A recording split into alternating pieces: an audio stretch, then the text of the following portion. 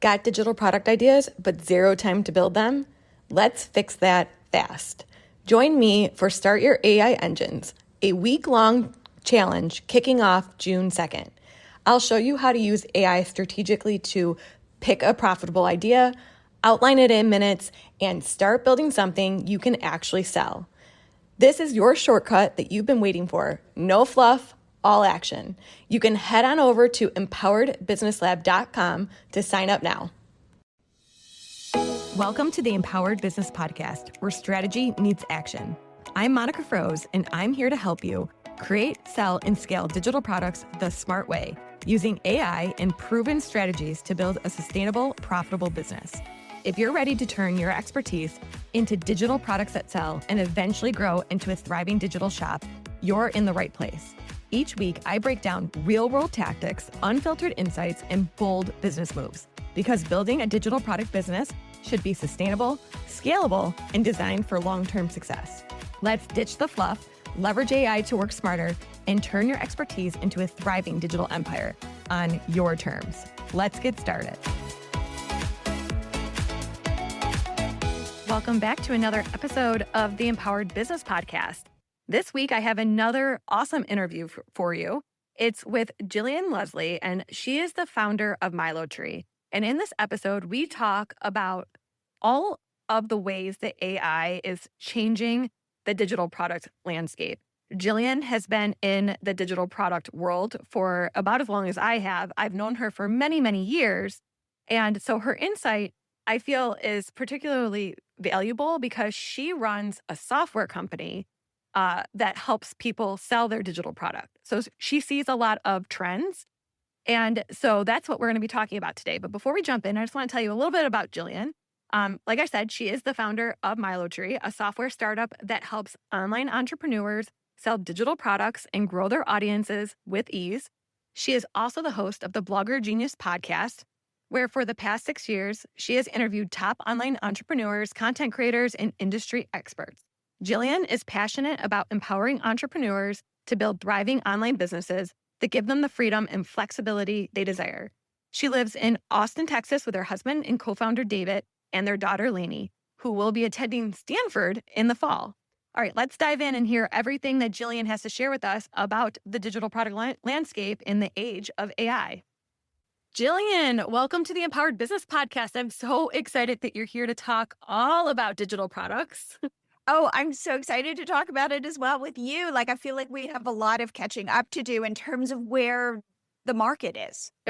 For real, Jillian and I have known each other for a long time. We've recorded podcast episodes in the past, but before we dive into that, I always like to ask everyone to tell us about themselves and their entrepreneur journey. Okay, so very briefly, my entrepreneurial journey started in 2009 when I built Catch My Party with my husband. So he does all the technical stuff and I do all the marketing and front-facing stuff. And we've grown our site into the largest party ideas site on the web. If you go to Pinterest, for example, and are looking for party ideas, chances are you're going to click on a pin that's going to lead you to our site.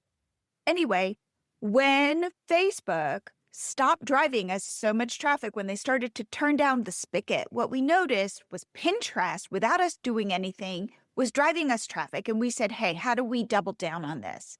So my husband built a pop-up that is on Catch My Party. If you go right now, you'll see it. And it just says, super simple, follow us on Pinterest. It's populated with our most recent pins, and it worked. And right now, I think we have over close to 2 million followers on Pinterest. I haven't looked recently. Anyway, we did it all organically. And we said, hey, if this works for us, maybe we could roll this out for other bloggers, other content creators who want to grow their social media followers on Pinterest. And it worked for them too. And then they said, what about Instagram? What about YouTube? What about Facebook? What about TikTok? What about growing my email list? And so what we did was we've built out our pop-up to do all of this. And what problem? Everybody now talks in terms of the problem they solve. We solved the problem of simple to use. Technology is a bear. I don't care what anybody says. It is hard, and it's hard for everybody. So if you think you're the only one who struggles, I promise you, everybody struggles. So we said, hey, if you could install this pop-up on your WordPress site in 2 minutes, and all of a sudden start growing your social media followers. Awesome. And it worked. And it does work if you have traffic to your site. Then during the pandemic, I was hosting a group because I was lonely. And what I noticed was a bunch of bloggers had built big communities, like they had big Facebook groups or they had big newsletters or email lists, but they didn't know how to monetize their groups. And so I said, just randomly, hey, let me see if I could. They wanted to start a membership. So David and I, my husband and I, went off and we started to okay, if we put this software with this software, and it was so hard. And I turned to David and I said, could we build this? Could we make it easier for people? Could we make the decisions on our side that would work for 95% of our users? And then they don't have to do this? Could we do this? And we did. So we've built out MiloTree to not only include our pop-up, but to allow bloggers, creators, coaches, online entrepreneurs to sell digital products simply.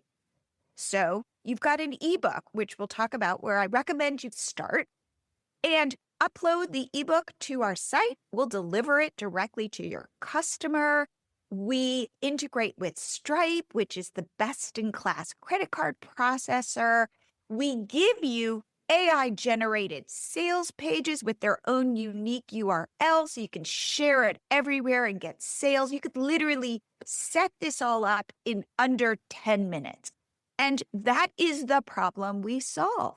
So you can sell membership. And again, you can sell a membership or a subscription or anything. We're not the membership platform.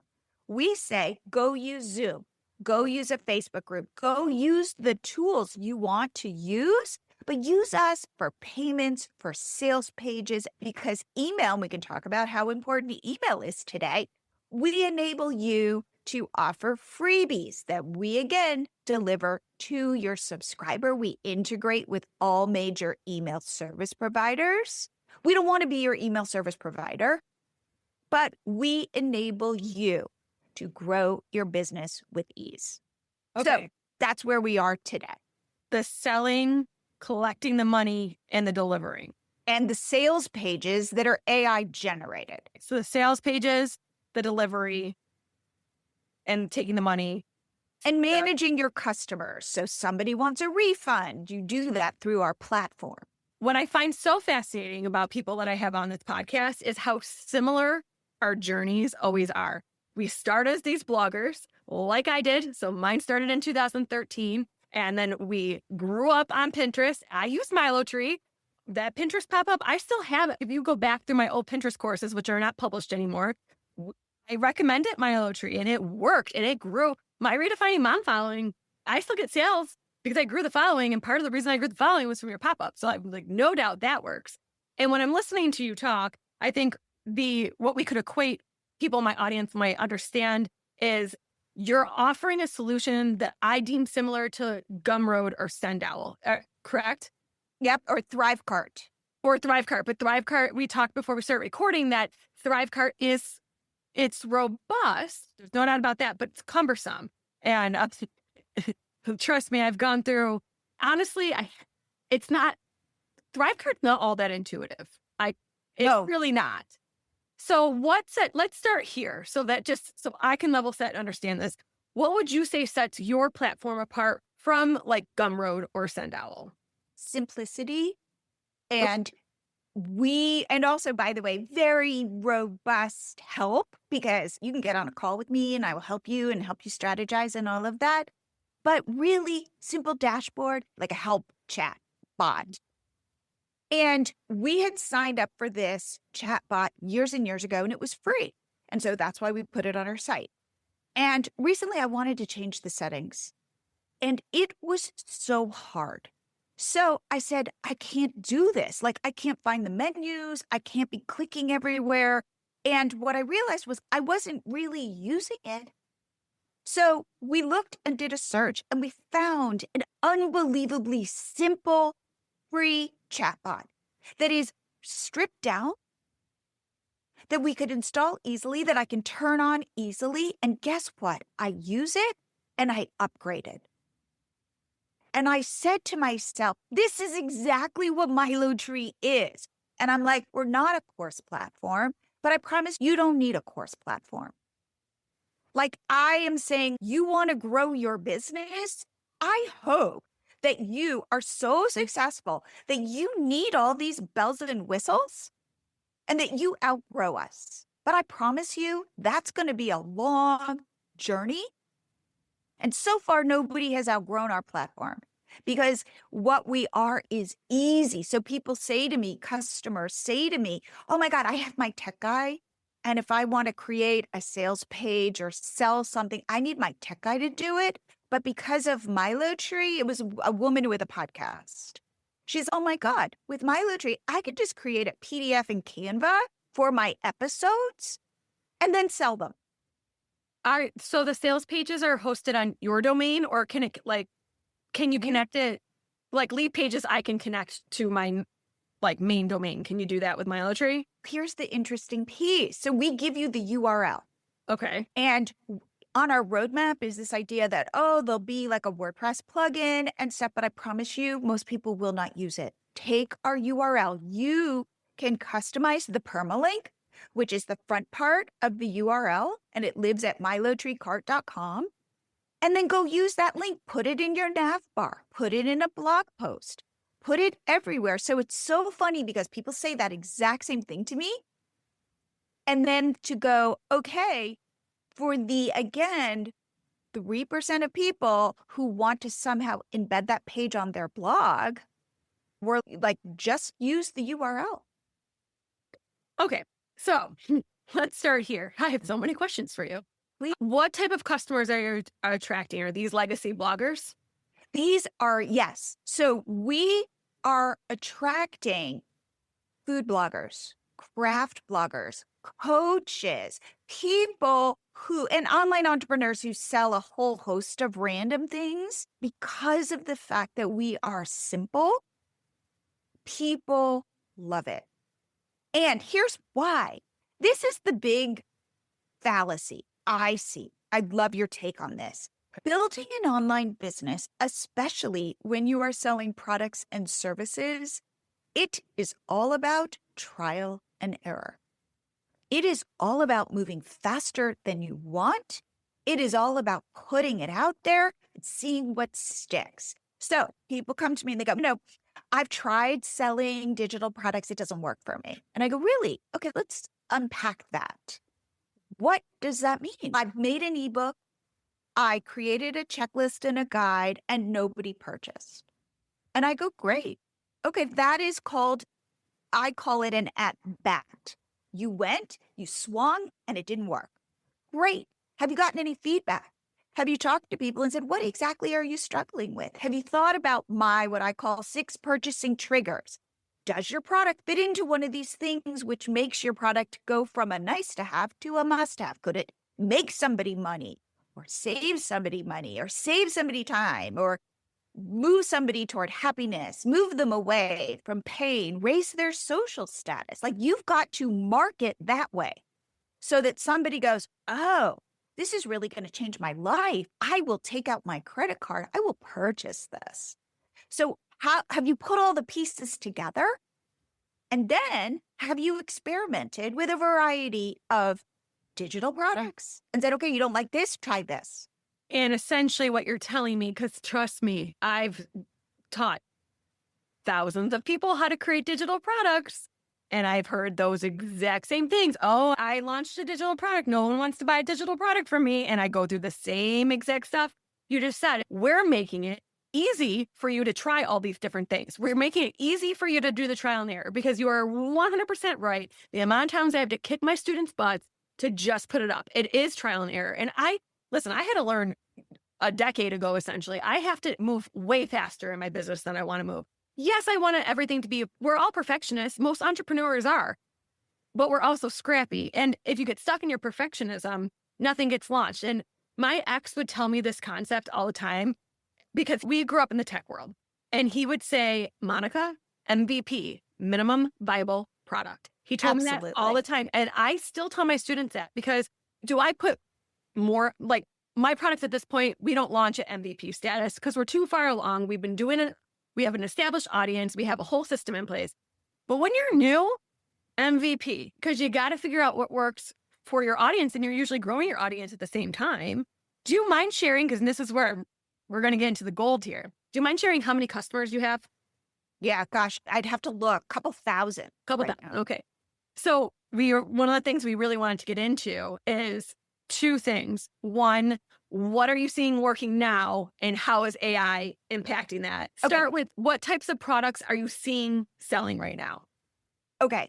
Where I see people start is first using MiloTree to grow their email list with freebies. And by the way, like, we have resources. So for example, so AI is super helpful if you know what you're doing and you know how to use it to, ready for it, create those tests faster. Create those freebies faster. Do people want a checklist? Do they want a cheat sheet? Do they want this from me? Do they want a 15-minute call with me? What is working in terms of getting people to grow your list? The money is in your list. The money is in your email. 100%. 90% of the money we make comes from a direct correlation to our email list. So please listen to that. And by the way, it took me so long to really internalize that, to really see it in our data. AI, awesome. Go use our ChatGPT prompts, create a cheat sheet in 10 minutes, get it out there. Secondly, what we're seeing is people starting with the way that, and I think you and I have talked about this in the past, like that there is a process to what I call growing your digital product empire. I promise you, your ebook is not going to buy you a second house. But the way that it works is you get your foot in the door, you learn what your people want from you. By the way, it can make you hundreds, if not thousands of dollars. So do not skip that step because they're easy to create. Do not start by creating a course. Don't do this. Start with little bets that you can do over and over again. And with AI, keep creating stuff, keep building, keep searching for where you get product market fit, where the two pieces come together. I'm offering something, people want to buy it from me. I say this a lot on my podcast. You are a miner mining for gold. And what are you looking for? You're looking for gold specs. Yesterday, I was on a call with a customer and he says to me, he teaches people how to lose weight. He's a dad with babies, right? And he put on a bunch of weight and now he's figured out how to lose weight using macros. And I don't really know what macros are. However, he said he offers some sort of system. It was complicated, but he said people have said to him, he's in Europe. He goes, people have reached out to me on Instagram saying they will pay me 50 euros to personalize this program for them. And I go, wait a minute, did you offer this? Was this something you were selling? And he goes, no. I said, let's find a way to work together. And I've got 2 customers who just automatically said they would pay me this. And I go, my friend, those are gold specs. People are what, throwing money at you, even if it's 2 people. That is a huge signal. Pay attention to that. And I say, when you find those gold specs, dig deeper. So this is like you not going off and saying, I'm going to take 6 months and create a course and do all these videos and all these PDFs and then people will come and buy it. I have seen too many people have heartbreak. They put their course out there and it's crickets. So start with tiny, small tests and then continue to build. So I sell you an ebook. Great. People start buying it. Maybe I create a bundle where I've got some resources. Maybe I've got a video that's attached that you can bundle on MiloTree super easily. Just upload different products. Then, okay, now maybe I'm going to do a live workshop, an hour workshop. And then maybe I get 10 people. And then I'm going to sell the recording of that workshop as maybe just a mini teaching. And then maybe I do 3 workshops and I bundle them as my mini course. I've already created the content and people will be forgiving. If I'm showing up live with other people, it doesn't have to be these perfect videos like you would with your course. And then you go, hey, you know what I'm going to do? I'm going to offer some coaching. And we're just going to meet on Zoom. And you can get payments through MiloTree and your sales page where you offer this. And then we're going to move on to a membership where we're going to meet. And I'm going to say low-key membership. Maybe we meet twice a month for an hour on Zoom, host it in a Slack channel, host it on Discord, host it in a Facebook group, use tools people know. The thought that you're going to get people to download an app on their phones to get into your membership group, no, do not do this. So then maybe it's a mastermind, maybe it's a retreat, who knows? But the sky's the limit. Now, where is the money? The money is in the recurring revenue. Because you do not have to find okay, and the money is in the upsells, meaning, hey, if you want this, I bet you want this. Do you do order bumps as well? So I consider you don't do order bumps. So order bumps, versus everyone has different language. So for me, on a checkout cart, it's okay, you're checking out with the main product. The order bump is you toggle like the whole, I always say you don't need it to get the transformation of the product, but it's a nice enhancement. So you add it onto the cart. But then for me, an upsell is now you put in your contact information, you put in your credit card, and then the upsell's on the back end. Yeah, upsells on the back end. Okay. So we haven't done order bumps yet. It's on our roadmap where it's right there on the checkout page. Okay. Yeah. I'm a big fan of order bumps. I will say historically for me and what I've seen with my students, order bumps convert at a much higher percentage than upsells, which makes sense, right? Because it honestly does from a marketing standpoint make sense. So I would accelerate that. Yeah, that's good. That's good. Absolutely. Yes. So we, though, offer on the thank you page, thanks for purchasing. Hey, you just bought, I always say you bought the mittens. Here's the hat. Yeah. Okay. So you're seeing a lot of people in your ecosystem essentially move through this ascension ladder of building these digital products. And you're making it simple for them. So there's no one type of digital product that you're seeing that's selling the best or more. Oh, you mean an ebook versus like digital art, that kind of thing? Yeah, spreadsheets or websites. It's very specific to your niche. Okay, a lot of food bloggers create e-cookbooks. And the way to make that successful is instead of it being like, hey, here are my 10 best recipes, it's, hey, here are these 10 recipes that solve a problem. So here's how to get dinner on the table in 30 minutes with these 10 recipes versus these are just 10 great recipes from my food blog, Yummy Yummy. Nobody cares about Yummy Yummy. What they care about is I'm having trouble getting food on the table in 30 minutes. Okay, so this really connects to the next thing when it comes to AI and how it's disrupting digital products, essentially. At least this is how I'm seeing it. Like you mentioned, your website. Traffic cut in half because what are people doing? They're opening ChatGPT and saying, I need to make a piglet party. Like I say that because I have a piglet birthday party with my daughter's first birthday party. It's a post in Redefining Mom. I used to get a ton of affiliate income off of it. But guess what? People, like you said, people can now go to ChatGPT and find out their piglet party. So there's this whole thing that I'm watching where it's okay. ChatGPT can give us a bunch of information. So two things come out of my brain from this. One is I ask myself, okay, is this going to invalidate info products?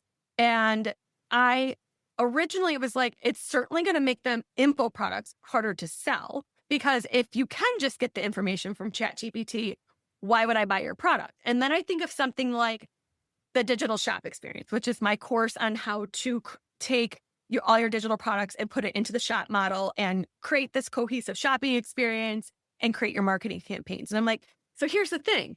ChatGPT can literally in detail very clearly say, this is how you set up your Shopify store. These are the things you do. But it does not have the experience of someone like me as a course creator working with hundreds of shop owners that understands what actually makes people buy in the shop. It lacks that ability. So these simple like how-to courses, I think, forget it. If it can how-to out of ChatGPT, it's going away. But then the next layer from that, I'm like, okay, so course creators definitely have, I wouldn't say an uphill battle, but it's you're going to have to up level. You're going to really have to be able to take your personal experience and Mhm. layer it on what ChatGPT can give you back. That is exactly I don't mean to interrupt you, but that's exactly it. Where I recommend people lean into, and this is hard for people, is what is your vibe? Who are you? Who do you attract to you? So I'm going to say things like have opinions. Yeah. Okay. So this is okay. So the other thing I've been talking to my students a lot about, and this is really the basis of our new, because we redid the Empowered Business Lab to be Empowered Business Lab AI. So that was our program on creating and selling and launching our digital products. Now AI is on the scene. And I kept talking about this concept of usability tools. And the example I give is this. So I felt very called to create a divorce planner because even though I had an amicable divorce, and I talk about this a lot, it's a very emotional time. And there's a lot of things you're making decisions that are going to impact the next 10, 20 years of your life, your kids' lives. And you're in emotional turmoil. And even if you're getting along with your ex, it's like, you just don't know which way is up. So I felt very called to come up with a resource to help, particularly women who have young children going through divorce, making sure they're asking the right questions and thinking with their logical brain and not their emotional brain. And I started using ChatGPT to come up with the structure of what I want this planner to be. And it was great. It had great ideas. It helped me structure my ideas. It helped me come up with the flow. But I tell people all the time, it just shot me back a bunch of information. So let's just say I'm the end customer and it's like, I'm getting a divorce. I go in there, it's like, ChatGPT, I'm getting a divorce. Help me. What should I know? What do I have to ask? It will give you a lot of good ideas. It will, but it doesn't make it usable. What makes it usable is someone who it went through it, had the emotions that went through it. Like ChatGPT is not giving me a hug. It didn't cry in my mediation with me.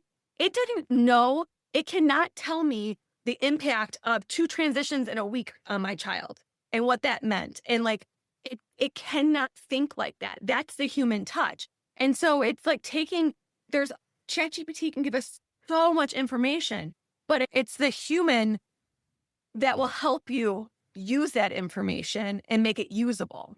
That is it. It's you being honest and saying, God, this part really sucked for me. Wow. We get on this call. We haven't talked to each other in a couple of years. I know. And I immediately see your face and I'm happy. And I'm like, oh my God, there's my friend. Like, how's it going? And so that piece is invaluable. Because I tell my students all the time, I'm like, at the end of the day, people still buy from people. The last podcast episode I did was with a coach, and she made a comment. She was like, I don't think that ChatGPT is going to invalidate my coaching. I think it makes my coaching better. It helps her systematize all the information that she's giving it about her clients, and it's simply making her a better coach. It's not replacing her, because the thing is also, if you want to go get coached from ChatGPT, you have to know what you're asking it. That kind of like that's why you need a coach, because the coach is supposed to be the expert that's helping guide you. And if you don't know what the proper things to ask ChatGPT, you're not going to get the proper answers out of it. Here's what I'm going to say. That might work for some people, but remember this. You only need 1,000 people. And if those 1,000 people spend $100 in a year buying your products, you've made $100,000. So you get those people who are like, I was just reading an article today and people are using ChatGPT as their best friends. And that is going to be a thing. But do you think? Yeah. Do you? Yeah, I do. And so but that's why I think, yeah, because that same coach, she has her name's Julie Chanel. You probably know her, Digital Insiders and everything.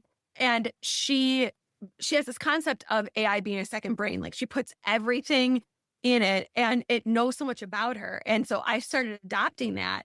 But it's funny because, and we said this when I recorded the podcast with her, where it's amazing for how it can help us because we feed it so much information about us. But you know what we still do? I'm dating. And so I'll go on a date and I'll be like, oh, this is how it went. And it will shoot something back connecting like, hey, Monica, remember how this happened in your marriage or this happened here? And I will send it to my best friend still. You know what I mean? So it's Absolutely. oh my gosh, it is improving my life. You are really helping me see things about myself that maybe I missed. But then it's like, I want to go talk to my human friends about it. Look how accurate this is. This changes my perspective on it. And look at these patterns I'm falling into that I didn't even recognize. But like, I don't want to just talk to a robot about it. Thank you for Totally. helping me with And by it. the way, there are people who just want to talk to a robot. I'm human. I need, for example, like I love my husband and he is my best friend. However, he can't fulfill everything, every one of my needs. I need girlfriends. I don't need a ton, but I need my girlfriends that I go meet for coffee. And we can talk about really personal things. We can talk about anything, but I need that for my humanness. So that is the piece that I want everybody to think about. Not everybody's like me or like you. That's okay. Yeah. You don't need everybody's going to be using ChatGPT. Probably at some point they will for certain things, but there are other things that won't necessarily go away. So therefore, how do you set yourself up as human? Wow, that's a whole thing, right? And then I bet you if we were to stop recording and I were to go, hey, Monica, how's it going in dating? You'd be completely honest with me. And that's what I love about you is I'm going to get the straight answer from you. Yeah. I'm a straight shooter as well. For people who listen to my podcast, the Blogger Genius podcast, which you have been on many times, the feedback I get is I'm real. That if somebody says something like, and then I made $1 million, that I'm going to go, wait, let's back up. How did you make that $1 million? And people like that because I'm going to ask the question that everybody's thinking that might be a little uncomfortable to ask, but I'll do it. Same. Right? Yes, we're a lot alike like that. So therefore, okay, that's part of my brand. Now, that's part of who I am. So it's not like I had to create this. But the more I do that consistently, the more people can see me and almost smell me and go, is she real? Is she straight? Can I trust her? That is my, what I call special sauce. You too, Monica, because you are super honest about your divorce and about struggles you've been through to say, I want to help you now through those struggles. I want to help you. If I can make your path easier, that's what I want. If I can make you're setting up your shop easier, that's what I want for you.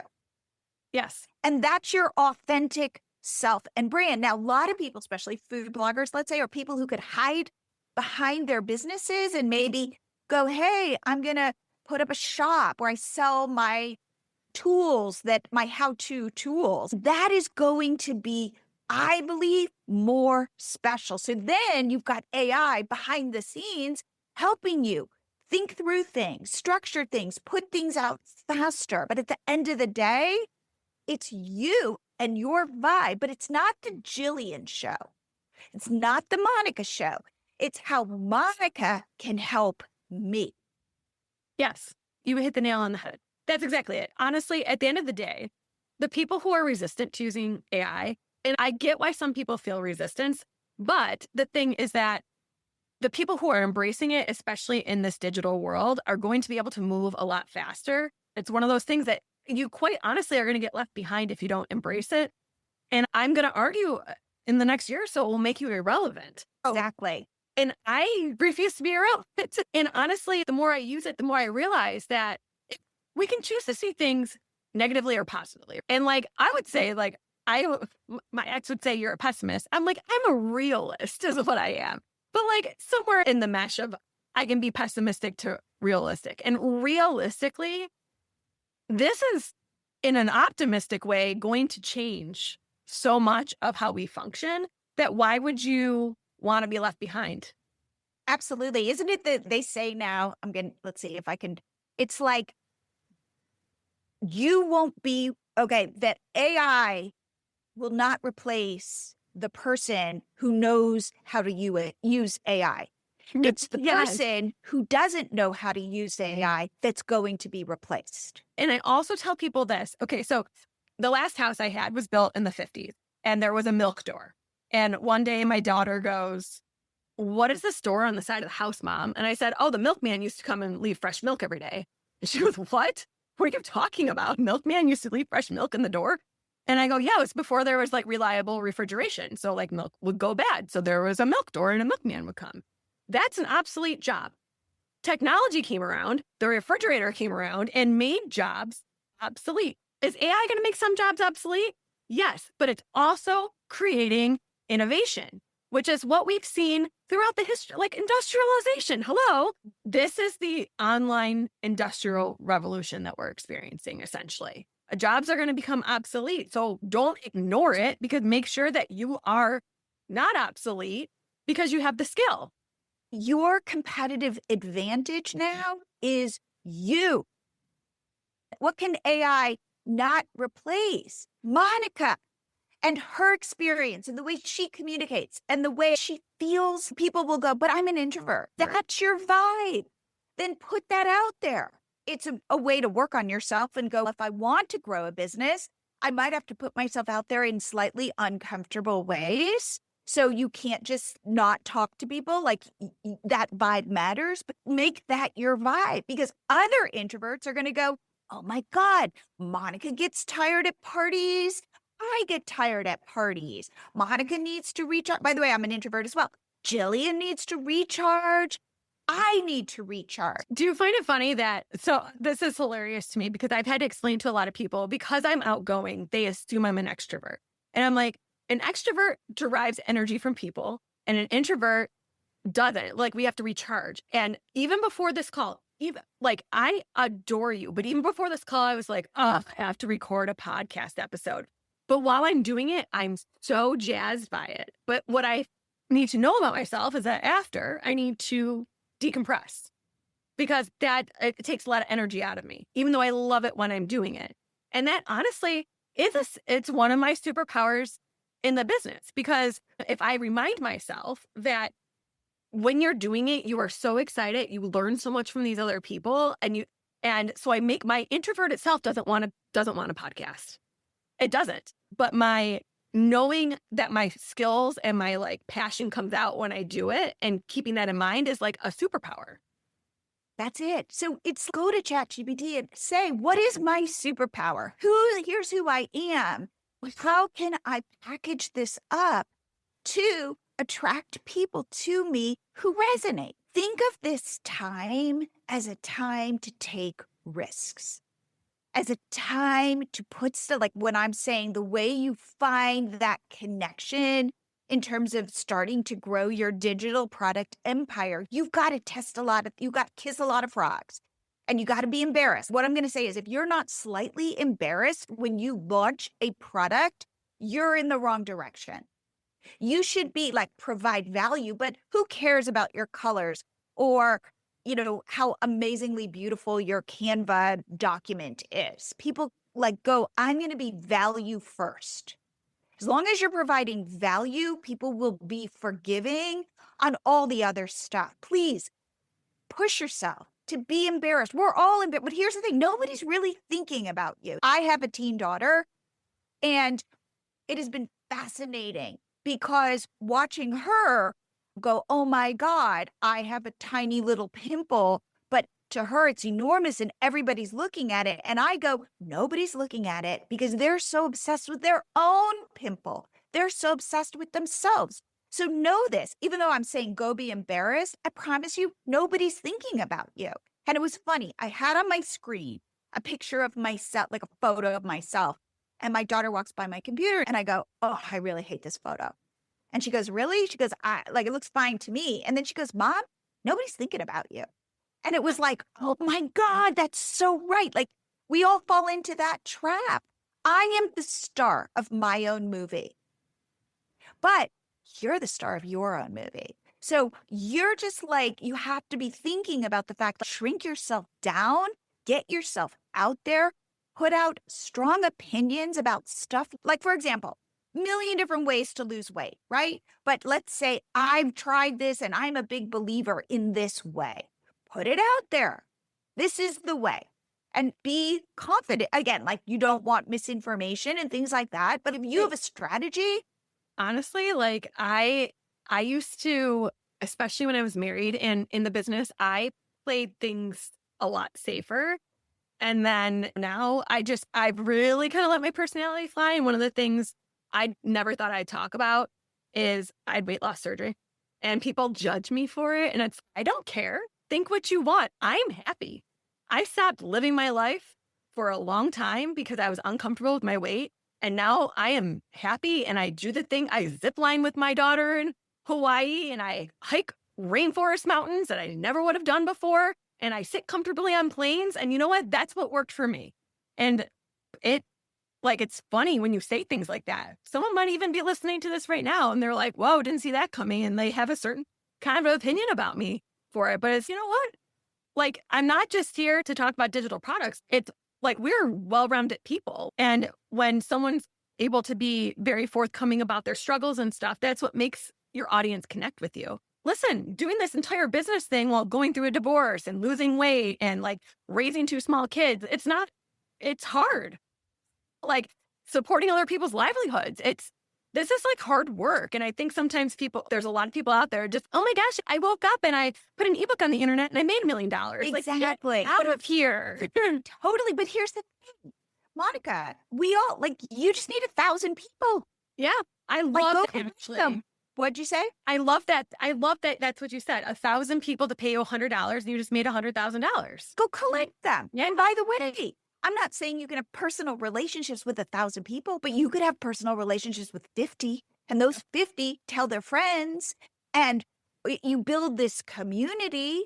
So that's why email, again, is so personal. It can be so personal. Again, not that people care. I always say this, people don't care about your dogs unless you do something related to dogs. So don't think your dogs are that interesting to people who aren't coming to you for your dogs. Like, you have to earn that so that they care. But if you're putting out value and you're saying, like, for you and me, I feel like authenticity is our brand. Like, we're going to say it like it is, that people go, oh my God, I really relate to that. And by the way, other people who get really uncomfortable with that and want that sugar-coated view of building a business where I work so much harder than if I were working in a corporate job, for example, as owner of my own business, as like founder of this, I promise you, I'm working more hours than most people. Yeah. So don't think that I'm just like sitting on the beach with a margarita. No. I want to, but no, I Me work too. very hard too. No, You it's know- okay. These are the honest things. So when I go, hey, remember I go, your ebook's not going to buy you a second house. And I promise you too, you're probably not going to find that product market fit right away. Be patient. And okay, this reminds me of something too. And this, I will say, it's definitely from years of experience of putting myself out there in uncomfortable ways, like we've talked about. Right after my divorce, I did a photo shoot, and Haley made me a shirt that played off of my I don't do failure, which I talk about all the time in the business. And it said, I don't give a, insert the word. And I sat on the stoop with my photographer with 2 middle fingers up doing it. And when I relaunched Redefining Mom, I made it our Facebook cover because honestly, that was the vibe I was going for, because it's like, welcome to the new phase of motherhood.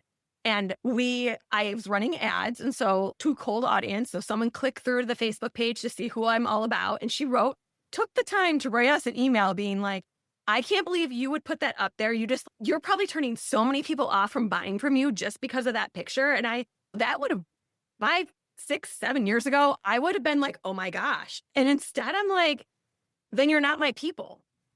I don't know what to tell you. This is the vibe. This is my reinvention. And this is what my brand's being built off of. And there are going to be lots of people who resonate with it and lots of people who are like, and that's fine. That's how you make sales, actually. Exactly. Especially when, think about it this way, AI is making information commoditized. Yes.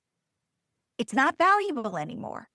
That secret whatever, you can get it. It's like information was gated. Yep. And it's not gated anymore. Agreed. Or you had to search Google and piece a bunch of stuff together on your own. And now ChatGPT is making it cohesive for you. So it's really the personality, our uniqueness is even just more important now at the end of the day. Yeah. So I feel like this is hopefully, if you're listening to this, you're thinking about the fact, how can I lean into me? Which is weird because, think of ChatGPT as this engine that is giving me superpowers if I'm just willing to step into it. Agreed. This has been such a good conversation. See, and now I'm so happy that before I got on, I'm like, yay, I'm so glad I got to record this podcast. Can you tell everyone how they can get started with MiloTree? Absolutely. We offer a really robust free plan. Go use MiloTree. Go set up your freebie. Go set up a digital product. Go add one of our social media pop-ups to your site, all for free forever. No credit card.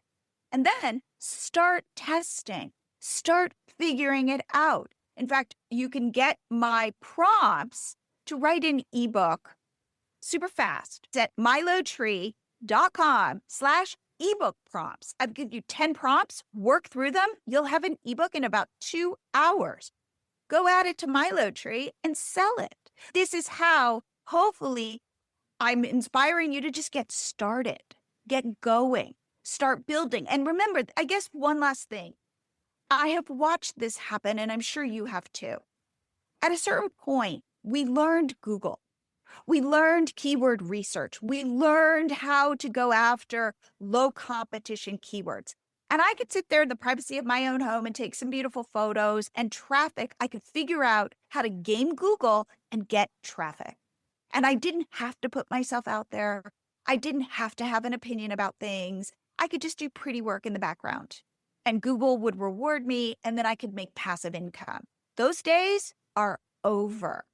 The people who are willing to go, all right, it's going to get messy, and I'm willing to roll up my sleeves and get messy and try this, those are the ones who I'm seeing win. Very much, it's a different mindset. And I recommend you shift it to, whoa, here's the thing. It's now everybody is on a level playing field again.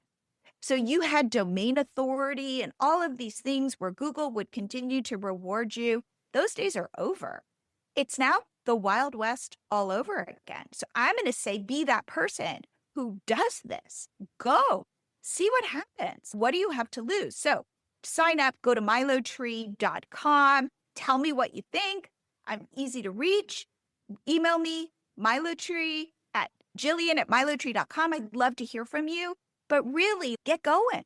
And Monica is going to be back on my podcast, the Blogger Genius podcast. So listen to uplifting episodes like this. We'll make sure to link to everything. I've really enjoyed our conversation. This has been really fun.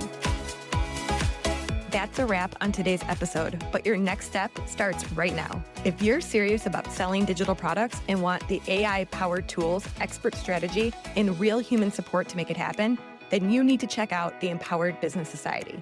Inside, you'll get AI-driven trainings to create and sell digital products faster, a private community for expert feedback and real-time support, exclusive access to the Monica Memo podcast, and if you go pro, you'll get monthly marketing shortcuts, live Q&As, and 20% off of the Empowered Shop perpetually. Because smart business owners sell smarter, they don't work harder. And the best part, you can get started for as little as $9. The best business growth happens when AI and real humans work together. Ready to make your next move? Join us inside of the Empowered Business Society. You can check us out at empoweredbusiness.co/society. See you in the next episode.